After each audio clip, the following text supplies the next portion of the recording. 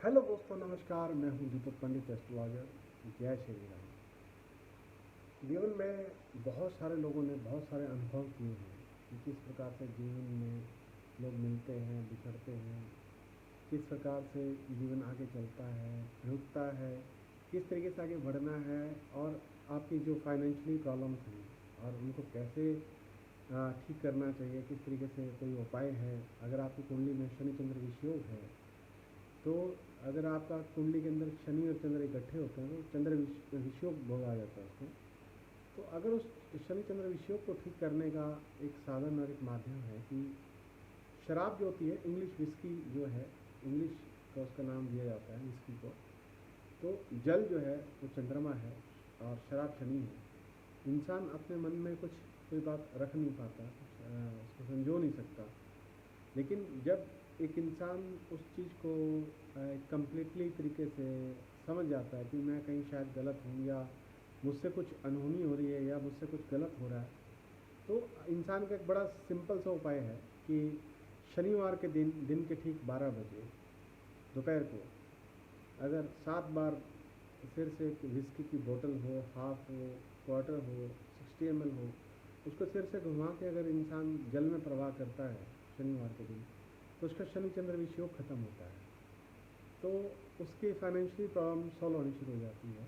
और वो एक धारा प्रवाह है, क्योंकि शनि जो है लग्जरी के मालिक हैं, चंद्रमा मन और कल्पनाओं के और विजन्स के मालिक हैं। इसलिए जितनी भी चीज़ें हैं, अगर आप पॉजिटिवली उन सब चीज़ों को समझ सकते हैं तो भगवान का नाम इसलिए नहीं रखा गया कि वो भगवान है। हनुमान जी आज भी जिंदा है, हमारे सामने बैठे हैं इस समय।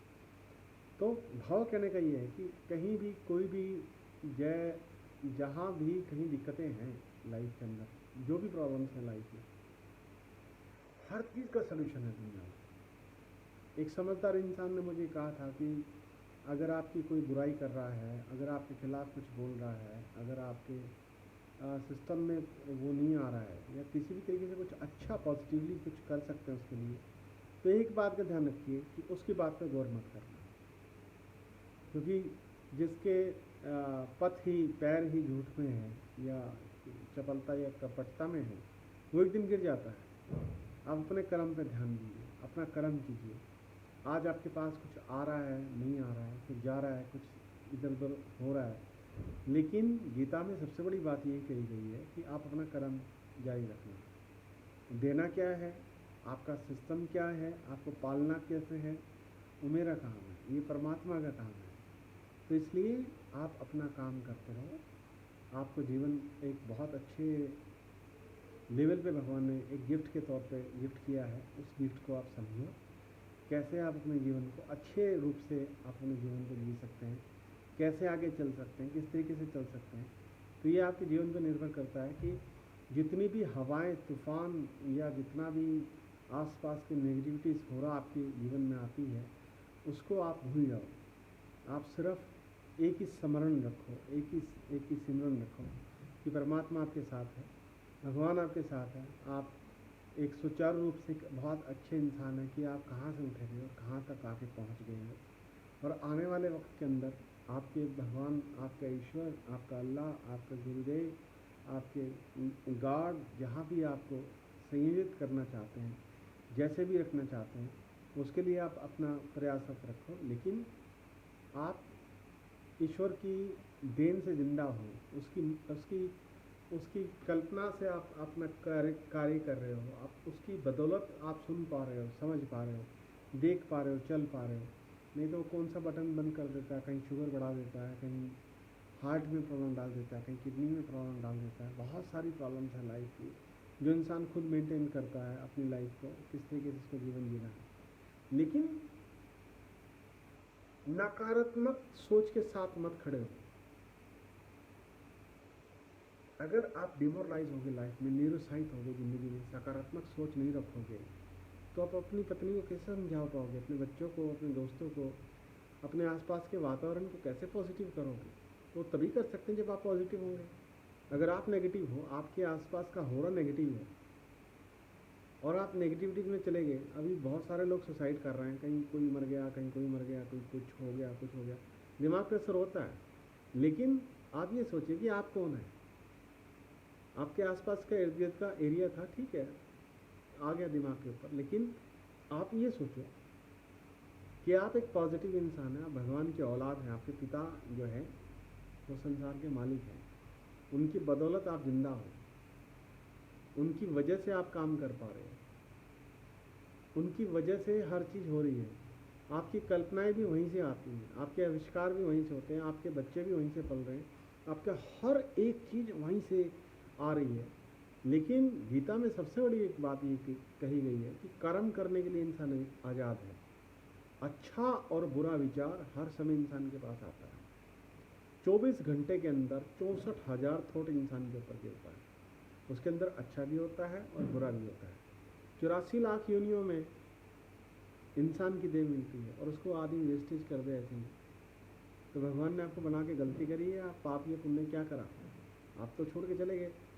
लेकिन वास्तविकता ये है कि जो इंसान इस संसार के अंदर पौधे लगाता है, सेवा करता है, कर्म करता है, अच्छे से अच्छा कर्म करता है, बुद्धि को पॉजिटिव रखने की कोशिश करता है, लोगों को भला करने की कोशिश करता है, किस तरीके से संसार का भला हो सकता है, सामाजिक तरीके से हम किस तरीके से किसी भी काम में शेयर अच्छे से कर सकते हैं, तो हमें करना चाहिए, क्योंकि ये परमात्मा ही हमें वो अंश देता है, परमात्मा ही हमें वो सद्बुद्धि देता है, परमात्मा ही उस तरीके से आगे ले जाने की कोशिश करता है कि हमें वो सब चीज़ें कैसे करनी चाहिए, तो उसके साधन बनते हैं। बिना वक्त आए साधन नहीं बनता, ना अच्छा डॉक्टर मिलता, ना अच्छा एस्ट्रोलॉजर मिलता, ना अच्छा एडवोकेट मिलता, ना अच्छा दोस्त मिलता, ना अच्छा लाइफ पार्टनर मिलता, ना अच्छा कोई ऐसा मतलब जो आपकी ज़िंदगी को गाइड कर सके। बिना मालिक की कृपा के ये चीज़ें नहीं होती। जिनकी ज़िंदगी के अंदर कृपा है, जो ब्लेस्ड लोग हैं, उनके पास अपने आप ही साधन बनने शुरू हो जाते हैं, उनको अपने आप ही लोग जुड़ना शुरू हो जाते हैं, उनसे लोग अपने आप ही मिलना शुरू हो जाते हैं, और ये साधन जब बनते चले जाते हैं तो जीवन एक सुधार की तरफ चलता है। और जीवन में जितने भी कन्फ्यूजिंग हैं, आजकल लॉकडाउन चल रहा है, लोग घरों में परेशान हैं और सांस लेने में तकलीफ़ है, या एक बहुत सारी प्रॉब्लम्स को लोग फील कर रहे हैं इस समय, लेकिन प्रकृति को, इस हमारी नेचर को जितना भी हमने टॉर्चर किया है, पानी के मामले में, हवा के मामले में, या किसी भी भगवान की बनाई हुई किसी भी साधन में हमने जब हस्तक्षेप करते हैं, तो नेचुरल सी बात है कि प्रकृति किसी को बर्दाश्त नहीं करती। प्रकृति है आदि शक्ति जो इस संसार को चला रही है, उसमें माता है, उसमें पिता भी है, तो एक दूसरे के साधन से बन के सब चीज़ें चल रही हैं। लेकिन यदि आप इन सारी प्रकृतियों का ध्यान रखोगे और तमाम उन सब चीज़ों को असूलन तरीके से नियम के अनुसार चीज़ें चलाने की कोशिश करोगे, कहीं गंद कबाड़ नहीं इकट्ठा करोगे, कोई घरों की सफाई होनी चाहिए डेली, घरों में मंदिरों की सफाई होनी चाहिए, और आपके आसपास जितना भी कोई वेस्टेज चीज़ पड़ी है, कुछ बल्ब फ्यूज़ है, लाइट फ्यूज़ है, या आपके अनवेस्टेड कोई भी चीज़ें घर में हैं, तो वास्तु के हिसाब से वो चीज़ें आपके घर में नकारात्मक चीज़ें चलती हैं। जैसे घड़ी बंद नहीं होनी चाहिए, घड़ी के अंदर सेल हमेशा डला रहना चाहिए, और कोई भी ऐसी वस्तु जो नकारात्मक चीज़ें आपके घर में हैं, किसी भी तरीके से जो वेस्टेज हैं, जिनकी आपको ज़रूरत नहीं, उनको आप घर से बाहर निकाल दीजिए। दिवाली पे लोग लाइटें लाते हैं, या अगले साल भी उसको जलाने की कोशिश करते हैं। मेरा कहना यह है कि आप घर में कोई भी जो जिसका यूज़ हो चुका है उसको फेंक दीजिए, जो दोबारा काम आने वाली चीज़ नहीं है। अगर आती भी हैं और उनके अंदर से कुछ चीज़ें फ्यूज़ हैं मान लीजिए, या कुछ चीज़ें ख़राब हैं आपकी लाइफ के अंदर, या आप सोचते हैं कि मैं इसे रिपेयर करवा लूँगा या ठीक करवा, या तो उसको रिपेयर करवाओ या उसको ठीक कराओ किसी भी तरीके से। और आपकी हर चीज़ एक संचालन के तरीके से होनी चाहिए, वो संचालन सही होगा तो आपकी लाइफ के अंदर भी पॉजिटिवली संचालन होगा, इसमें कोई दो राय नहीं है। क्योंकि प्रकृति जो है, जलधारा जो है, नदी जो है, समुद्र जो है, नदी जो है समुद्र तक अपनी पहुंच रखती है, अपनी उसकी जो उसकी हैसियत जो है वो समुद्र तक, उसकी मंजिल जो है वो समंदर की है। इसलिए हर इंसान की मंजिल जो है वो भगवान है, ईश्वर है। लास्ट मोमेंट में जब इंसान अपने जोर आजमाइश करके थक जाता है, फिर भगवान का नाम लेने की कोशिश करता है, जब उसका मैं ख़त्म हो जाता है और सब कुछ जब वो समझ जाता है उसके बच्चे कहाँ हैं, उसका परिवार कहाँ है, उसके रिश्तेदार कहाँ हैं, वो कहाँ है, ये सब चीज़ जब समझ जाता है इंसान तो भगवान की शरण में जाता है। और इसलिए बोलते हैं कि भाई 50 के बाद 60 साल की उम्र, 55 साल की, 70 साल की उम्र में भगवान का स्मरण करना चाहिए। अब आपने ज़िंदगी जी ली है, लेकिन अगर जो यंग बच्चे मेरी बात सुन रहे हैं इस मामले में, कि अगर आज से ही आपने भगवान से दोस्ती कर ली और आज से ही समर्पण कर दिया उस चीज़ को, तो उससे बड़ी ये बात कोई नहीं हो सकती कि आप जीवन में ईश्वर को समर्पण करके हर चीज़ की सलाह लेके उसे चलने की कोशिश करते हैं। अगर आपके अंदर आत्मा जो है वो परम है, परमात्मा, अगर आप अपनी आत्मा से पूछिए, अपने आप से पूछिए अंदर से कि मैं ये जो काम करने जा रहा हूँ तो सही है कि गलत है। जब आंसर आता है कि तुम्हें ये काम करना चाहिए, तो अगर आप उस पर चलते हैं तो आपके जीवन में कोई प्रॉब्लम नहीं आएगी। आप बहुत अच्छे तरीके से और बड़े तरीके से दूर तक काम कर सकते हैं, बड़े लेवल पे काम कर सकते हैं, क्योंकि भगवान का लेवल बहुत बड़ा है, बहुत बड़ा है। और उस श्रृंखला में अगर आप शामिल हो जाते हैं, इसी को मोक्ष बोलते हैं कि आप ईश्वरीय कार्यों के अंदर भगवान के कार्यों में सहयोग करते हैं, आप लोगों की मदद कर रहे हैं, आप प्रकृति को बचाने की कोशिश कर रहे हैं, पेड़ पौधे लगा रहे हैं, आप जल की रक्षा करने की कोशिश कर रहे हैं, हवा की रक्षा करने की कोशिश कर रहे हैं, धरती की रक्षा करने की कोशिश कर रहे हैं। किसी भी रूप से अगर आप कोशिश करने की जब परंपरा अपने दिमाग में डाल लेते हैं तो वहीं से जीवन शुरू होता है, और उसमें एक आनंद और एक शांति अलग है। आज इतना कंजक्टेड माइंड है कि आदमी हंसना भूल गया, और इतना लॉकडाउन चल रहा है इस समय, फ्रस्ट्रेटेड हैं लोग और परेशान हो रहे हैं, अरे भटक रहे हैं, क्या करें क्या नहीं करें। अरे अपने मस्ती में मस्त रहो यार, भगवान के मामले में मस्त रहो। इतनी अच्छी शांति और इतना अच्छा एक एनवायरनमेंट मिलता है उसके नाम और स्मरण में, उसके सत्संग में, कि आप सोच नहीं सकते कि आप कहाँ खड़े हो। आपको बचा भी ये सकता है अध्यात्म। आप कहीं भी फंसे हो, आप किसी भी चीज़ में एक बार बोल दीजिए ओम शांति, आप श्री राम बोल दीजिए, भगवान का ओम नमः शिवाय का जाप कर लीजिए। आप किसी भी तरीके से, जब आपको नींद नहीं आ रही है, आप कंफ्यूज हो लाइफ से, दिक्कतें हैं आपकी ज़िंदगी के अंदर, तो आप अपनी दिक्कतों को छोड़ दीजिए, क्योंकि कर्म करने की पद्धति आपके अंदर है, और कर्म करने का एक लिमिटेशन है। सामने दीवार है आपके, आप उस दीवार को क्रॉस नहीं कर सकते। वहाँ छोड़ दीजिए कि मेरे एफर्ट्स यहाँ तक थे, मेरी ताकत और मेरी शक्ति यहाँ तक थी, मैंने कर लिया, अब मर्जी आपकी, आपको क्या करना है। आप खड्डे में डालो, सड़क पर रखो, चलाओ, जैसे आपकी इच्छा। तो जब आप मालिक को समर्पण करोगे, जब आप ईश्वर को समर्पण करोगे और कर्म करते रहोगे, हर चीज़ समर्पण करते रहोगे, आप देखने एक दिन आएगा जब वो आपको कहेगा कि बोल क्या चाहिए। तो वहाँ जो एक चीज़ होती है, वहाँ सिर्फ ये है कि आपने बोल दिया, मेरा हो गया, इतना बहुत है। एक श्रद्धा सुमन की तरीके से बात कर रहा हूँ आपसे मैं, कि जब इंसान की इच्छाएं परमात्मा तक चली जाएं, उसका लिंक उसके साथ जुड़ जाता है, तो आपके भाग्य में जितना कुछ है वही तो उसने देना है। लेकिन इसके बावजूद भी अगर आपको एक समर्पण आप उनको दे रहे हैं, तो वो आपको जो समर्पण दे रहे हैं उसकी कोई सीमा नहीं है। कहाँ तक जाएगी, कितना जाएगा, क्या जाएगा, ये एक बात सोच लीजिए। तो अपने परिवार की सुख शांति के लिए, अपने आसपास के वातावरण को पॉजिटिव करने के लिए आपको अपना आसपास का वातावरण पॉजिटिव बनाना पड़ेगा। वो कैसे होगा? सत्संग से। आप भगवान का नाम किसी रूप से लीजिए, आप अपने बच्चों में, अपने भाइयों में, अपने दोस्तों में, अपने आसपास के एनवायरनमेंट के अंदर उसका स्मरण कीजिए, उसको याद कीजिए, उसके बारे में बात कीजिए, क्योंकि जो चीज़ इस संसार के अंदर सबसे मान्य है वो ईश्वर है, और उस ईश्वर के माध्यम से ही सारा संसार संचालन हो रहा है। तो अगर हम उसका एनवायरनमेंट पॉजिटिव करते हैं तो हमारा एनवायरनमेंट अपने आप ही पॉजिटिव हो जाएगा। ये बहुत बड़ा एक तथ्य और सत्य है कि मैंने बहुत अनुभव किया इस चीज़ का, कि मैं जिस भी जगह धार्मिक स्थल पे कहीं जाता हूँ, एक पॉजिटिव थिंकिंग के साथ जाता हूँ, तो मेरी सारी पॉजिटिविटीज़ वहाँ पे खड़ी हो जाती है, और उस वातावरण की पॉजिटिविटीज़ मेरे सामने खड़ी होती है। जब दो पॉजिटिविटीज़ चीज़ का आपस में एक मिलन और सम्मेलन होता है, तो एक अलग से एक अलग एक एनवायरनमेंट बनता है, एक अलग वातावरण बनता है, जिससे कि आपका नेगेटिव जितना भी हो रहा है, डिप्रेशन जितना भी आपकी लाइफ में है, जितना भी आपके आसपास का वातावरण नेगेटिव है या नकारात्मक है, वो सब वहाँ से वॉश आउट हो जाता है, क्योंकि आप शरण में हैं, क्योंकि आप कहीं हैं। तो ये एक बहुत बड़ी पॉजिटिविटीज़ है लाइफ के अंदर कि आपके बच्चे अगर आपके कहे में नहीं हैं, अगर आपका माँ बाप आपके कहे में नहीं है, या आपके रिश्तेदार या आपके एम्प्लॉयज़ या कहीं सिस्टम में आप सिस्टम को नहीं सही तरीके से चला पा रहे हैं, तो कहीं गड़बड़ है।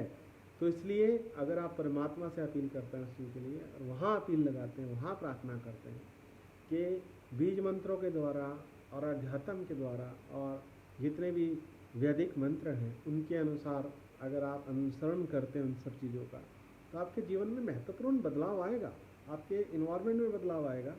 क्योंकि जितनी भी बड़ी शक्तियाँ हैं, अगर आप किसी भी शक्ति के नज़दीक होते हैं तो नेचुरल सी बात है कि आपके आसपास का इन्वायरमेंट बहुत पावरफुल हो जाता है कि आप शहर के डीएम को, एसपी को, डीसी को, एमएलएस को, चीफ मिनिस्टर्स को, प्राइम मिनिस्टर्स को कहीं भी जानते हैं तो आप एक पावर फील करते हैं। लेकिन जिस दिन आपने ये समझ लिया कि भगवान मेरे साथ है, मैं भगवान की औलाद हूँ और परमात्मा मेरे पिता हैं, इतनी बड़ी पावर जो संसार का संचालन कर रही है वो मेरे साथ है, पावर इतनी बड़ी आपके पीछे, आपको पता क्या है?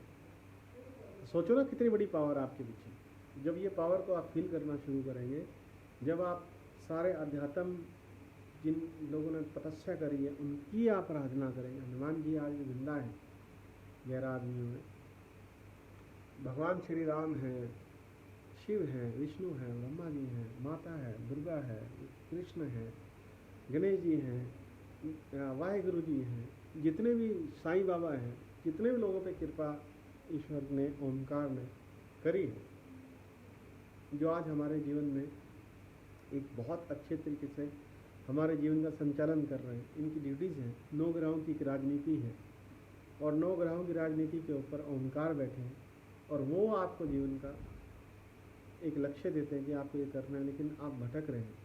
अगर आप भटकते हैं तो आप उसकी आराधना कीजिए और आप उस आराधना के माध्यम से ही उस ईश्वर को पा सकते हैं। आपके आसपास का वातावरण का पॉजिटिव करने का सबसे बड़ा तरीका ये है, यदि आप ईश्वर की शरण में हैं, अगर आपके स्मरण में हैं, अगर आप उसको याद कर रहे हैं, तो वो भी आपको याद करेगा, वो भी आपको देख रहा है। क्योंकि दीपक को जलाने के लिए लाइटर या माचिस का हम प्रयोग करते हैं तो अग्नि प्रज्वलित हो जाती है। जब अग्नि कंटिन्यूटी में चलती रहती है, उसको भी एक सोर्स चाहिए, तेल या घी। इसीलिए प्रार्थना और आस्था और एक क्या कहूँ कि जब आप किसी को फॉलोअप करते हैं तो नेचुरल सी बात है वो भी आपको फॉलोअप करता है कंटिन्यूटी में। कि अगर आप नेता हैं तो आपके जितने वर्कर आपका नारा लगाते रहते हैं, तो नेचुरल सी बात है कि नेता की निगाह किसी वर्कर पे पड़ती है। ऐसे ही लोग जो प्रेम करते हैं एक दूसरे से, तो एक आदमी किसी को फॉलो कर रहा है तो नेचुरल से एक दिन की बात वो भी उनको फॉलो करते हैं एक दिन। ऐसे ही कि जब आप कंटिन्यूटी में किसी को फॉलोअप कर रहे हैं, भगवान को फॉलोअप कर रहे हैं, तो भगवान भी आपको फॉलो करते हैं। उनका भी ध्यान आपकी तरफ जाता है कि आप उनका स्मरण कर रहे हैं, आप उनको याद कर रहे हैं और हर चीज़ में साक्षी को बना रहे हैं। यहाँ से ज़िंदगी एक सरल तरीका मैंने बताया आपको कि आपकी ज़िंदगी सरल कैसे हो सकती है, उसको कैसे एक सही दिशा में यूटिलाइज़ किया जा सकता है, पॉजिटिविटीज़ में उसको कैसे लाया जा सकता है। तो ताकत किसी और में नहीं है, उसी में है। और जब ताकत के साथ आप जुड़ोगे तो आपके अंदर नेचुरल सी पावर आएगी, और आपके अंदर जब पावर आएगी पॉजिटिवली, तो वो पावर, भगवान की पावर इस तरीके से आपको संचालन देने की कोशिश करेगी कि समाज में, संसार में कहीं भी कुछ भी है, कुछ भी ऊपर नीचे, उसको संचालन करने में आप सहयोग देते हैं। जैसे कई लोग NGOs बना के बच्चों की मदद करते हैं, माँ बाप की मदद करते हैं, बूढ़ों की मदद करते हैं, बुजुर्गों की मदद करते हैं, या प्रकृति के लोग जो पेड़ लगाने की कोशिश करते हैं, कुछ जल की रक्षा करने की कोशिश करता है, तो भगवान उन लोगों के जीवन में अपने आप ही सहयोग करने की कोशिश करता है। तो आपको सोच को जो है वो बड़ा करो, और जितना आप खर्च करोगे उससे कहीं गुना ज़्यादा आपको मिलेगा, और एक सही दिशा में, सही अच्छे इंसान से जब आपकी मुलाकात होगी जो आपको गाइडलाइन मिल सके सही दिशा में कि आपका जीवन किस तरीके का है और आपको किस तरीके से जीना चाहिए, ग्रहों की राजनीति क्या हो रही है, आपकी महादशा कौन सी चल रही है, आपकी दशा कौन सी चल रही है, और आप कहीं इन्वेस्टमेंट कर रहे हैं तो एक बार आप कॉल ज़रूर कीजिएगा कि मैं किस दिशा में जा रहा हूँ, मुझे क्या ये काम करना चाहिए या नहीं करना चाहिए, या मेरे भाग्य में ये काम है या नहीं है, या मैं अपने प्रोजेक्ट्स इस तरीके से बनाना चाह रहा हूँ। देखिए इसके अंदर एक सिंपल सी बात आपको बताता हूँ कि जन्म पत्री जब मेरे पास किसी की शादी के लिए आती है कि भाई जन्म पत्री मिलानी है, आप एक सी चीज़ सोचिए कि आप एक बहुत बड़ी शादी करने जा रहे हैं, अपने बच्चे को किसी घर में भेज रहे हैं, तो आप 20-50 लाख रुपया, 10 लाख, 15 लाख, 50 लाख, 1 करोड़, 2 करोड़ रुपये खर्च करते हैं उसके ऊपर। लेकिन उससे पहले अगर सही तरीके से सलाह ले ली जाए कि जन्म पत्री के अंदर गुण मिलान तो अलग अलग बात होती है, लेकिन अगर अगले का करैक्टर भी पता लग जाए ना, दोनों का करैक्टर पता लग जाए कि ये सुचारू रूप से चलेंगे कि नहीं चलेंगे, जीवन इनका आगे बढ़ेगा कि नहीं बढ़ेगा, ये इनके बच्चे या सिस्टम या क्या भी है, इतनी बड़ी बात की कीमत हो सकती है क्या? तो जनरली लोग भाग जाते हैं। तो अच्छा है, परमात्मा ने उनके भाग्य में जो कर्म लिखे हैं तो उन्हीं के हिसाब से होता है। लेकिन बहुत सारे लोग हैं जो दिखाते हैं, समझाते हैं और समझते भी हैं, और वो किसी भी कदम उठाने से पहले, इन्वेस्टमेंट करने से पहले तो पूछते हैं कि सर ये काम करें ना करें, आगे इसमें बढ़ोतरी है नहीं हो।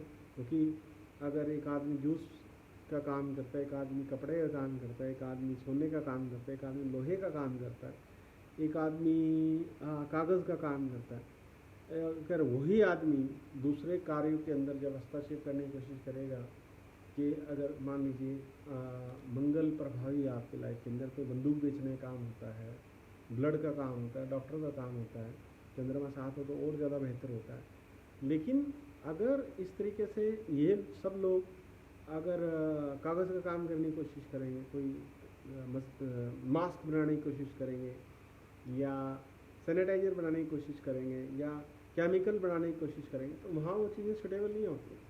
इन्वेस्टमेंट बहुत बड़ी होती है, फैक्ट्रियाँ लग जाती हैं, लोग आ जाते हैं, लेकिन वो चीज़ सक्सेस नहीं है। रीज़न कि आप जहाँ खड़े हैं, जो चीज़ें करने की कोशिश कर रहे हैं वो आपके जीवन में नहीं है। अगर आपके जीवन में नहीं है तो उसको अच्छे रूप से संचालित कैसे करेंगे। एक मकान बनाने से पहले आप आर्किटेक्ट के पास जाते हैं, मुझे ऐसा मकान चाहिए, मुझे ये चाहिए, वो आपको 5-10 डिज़ाइन बना के देता है।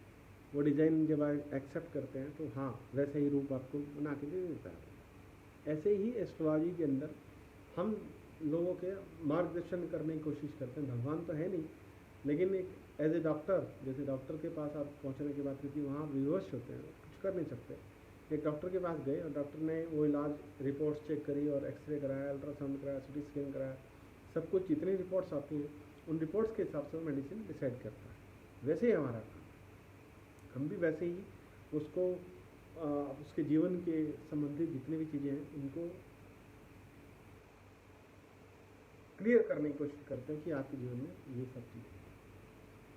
आज के लिए इतना ही दोस्तों। मेरा चैनल है दीपक पंडित बॉलीवुड एस्ट्रोलॉजर के नाम से यूट्यूब के ऊपर। सब्सक्राइब कीजिएगा, बेल का बटन दबाइएगा, और ऐसे विचार, अच्छे विचार आपकी ज़िंदगी में जो पॉजिटिविटीज़ लेके आए और आपके जीवन का मार्गदर्शन कर सके, उसके लिए मेरा ध्येय है। इसलिए मैं ये वीडियो बनाता हूँ और आप लोगों को भेजता हूँ कि कहीं अगर कोई दिक्कत है, कोई साधन परमात्मा की तरफ से बन रहा है तो उसको हमें एक्सेप्ट करना चाहिए, बजाय हमें इधर उधर भटकने की ज़रूरत नहीं होती। अगर एक जगह स्थिरता के साथ इंसान कहीं मन लगा ले, अगर आस्था के साथ ईश्वर के साथ जुड़ जाए तो वो साधन अपने आप बना देते। Thank you very much, god bless you, शब्बा खैर, सत श्री अकाल, जय हिंद, जय भारत, थैंक यू।